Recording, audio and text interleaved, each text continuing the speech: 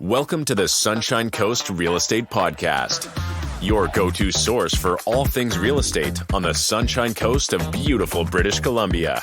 Whether you're a first-time homebuyer or an experienced investor, we've got you covered. And now your host, Nathan Demers. Hello out there, Sunshine Coasters. Welcome to the very first episode ever of this podcast. On today's show, I'm going to be discussing the very basics of buying your first home. We're not going to go too deep here, but I just want to give you a broad overview of what you can expect if you're a first-time home buyer and you're just trying to get into that first property for yourself. So the very first thing that you're going to want to do if you want to go buy a house is mortgage pre-approval. Mortgage pre-approval will give you a sense of your budget and what you can afford. And it also tells sellers that you are a serious buyer. To get pre-approved, you'll need to reach out to a licensed mortgage broker.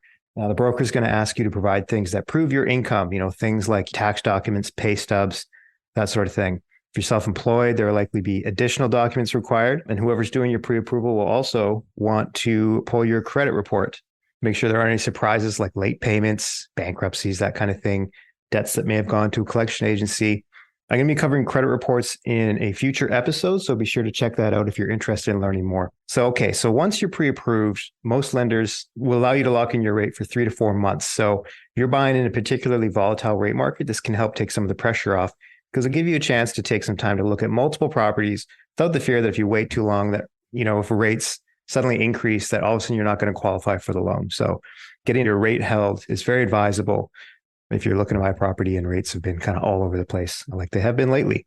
Okay, so now that you've been pre-approved, you've got your maximum purchase price in hand, kind of the ballpark price that you can be shopping in. What do you got to do next? Well, the next thing you have to do is you're going to want to enlist the help of a realtor. A realtor is going to work with you to help you find the best home that fits your budget and meets your needs. They're also going to help you navigate negotiating that all-important first offer. A good realtor is going to think of all the things that you didn't even know you didn't know. The best part is if you're the buyer, there's no cost to using a realtor. So there's absolutely no reason to not use a realtor, especially if you're a first-time home buyer. They're going to give you advice that you're not going to get anywhere else, and it's free. So why wouldn't you use a realtor? If you're looking for a good realtor on the Sunshine Coast, please reach out. I work closely with these people every day. I can point you in the direction of some excellent Sunshine Coast realtors. Okay, the next thing we're going to talk about here is down payment. So down payment should come from your own resources like your savings or your investments. But your down payment can also be in the form of a gift from close family members like parents. The other option you have is you can withdraw your down payment from your RSP because of the government home buyers plan. So as a first-time home buyer, you're allowed to withdraw up to $35,000 from your RSP without any kind of tax withholding penalty, as long as you pay back those funds within 15 years. Now, if there's two of you, if you're buying this property with another partner or something like that, you can both withdraw $35,000. So you could conceivably have a $70,000 down payment in this scenario. Another thing is the First Home Savers account. So as of April 2023, there's a new savings account for first-time home buyers called the First Home Savings Account. Now, with this particular account, you can contribute up to $8,000 per year, up to a maximum of $40,000. So this is the first year here, so you can contribute $8,000 so far. This is 2023. So the First Home Savers account is basically the best parts of the tax-free savings account and the RSP combined. So like interest earned in this account is not taxed, but like the RSP, money contributed to this account is tax deductible. So if you use the funds to buy your first home, there's no withholding tax like there is if you withdraw from your RSP, as long as you're using those funds to buy your first home. There are other government incentives, but I'm not going to cover them here because the criteria is just so narrow that most people on Sunshine Coast don't qualify. So I may cover those in a future episode as well. Okay, so moving on with more about down payment. So if you have more than 20% down, if you have at least 20% down, this is what's called a conventional mortgage. So you'll need to basically prove that you have these funds in your account as well as 1.5% of the closing costs. And we're going to cover closing costs in a minute. Most people have less than 20% down, most first-time home buyers anyways. And that's okay because a lower down payment presents more risk to the lender. All borrowers in Canada with less than 20% down are required to have what's called default insurance. So what is default insurance? Well, default insurance protects the lender in the event that the borrower fails to make their mortgage payments, which is also known as what's called defaulting on the mortgage. So the lender adds this default insurance premium to the loan, so you don't have to pay it out of pocket. So, it's one less thing you have to save up for. But, protects the lender. It doesn't protect you, although you still have to pay for it. So one of the companies that provides default insurance is the Canada Mortgage and Housing Corporation, also known as CMHC. So if you hear somebody talking about CMHC insurance, they're usually talking about default insurance in general. So now default insurance premiums are calculated based on the size of the loan. So I'll leave a link to CMHC's current premiums in the show notes so you can get a sense of what your premium might be on your first home.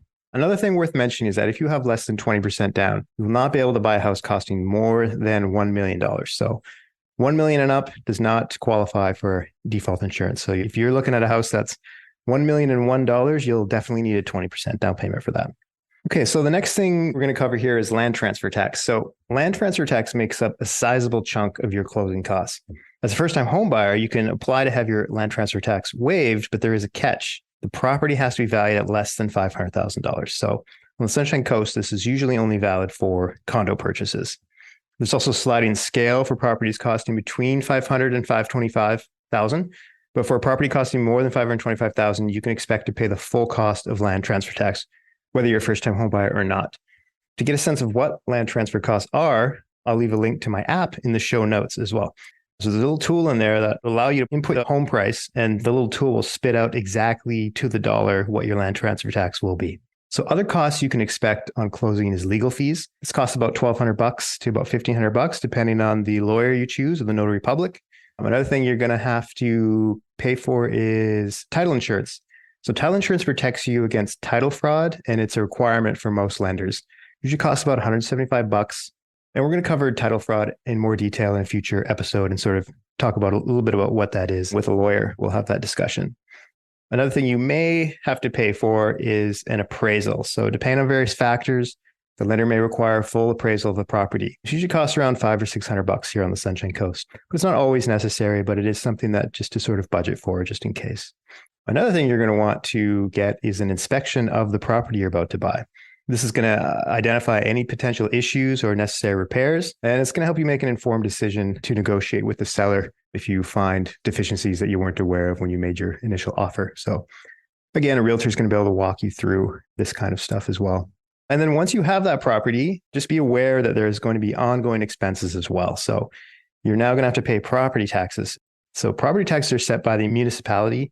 It's usually in the thousands. If you live in the property that you bought, then there's a grant in BC of about $770 you'll have to apply for every year, as well as you're going to have to cover utilities such as water, garbage collection, that sort of thing. That's a few $100 a year at least.